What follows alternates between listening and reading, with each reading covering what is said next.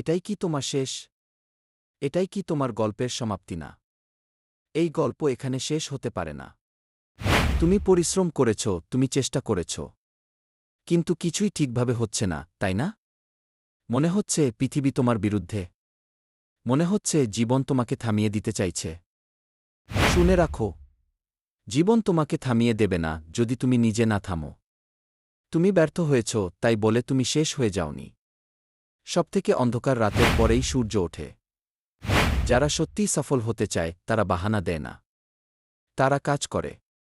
তারা ব্যথা সহ্য করে, কষ্ট সহ্য করে।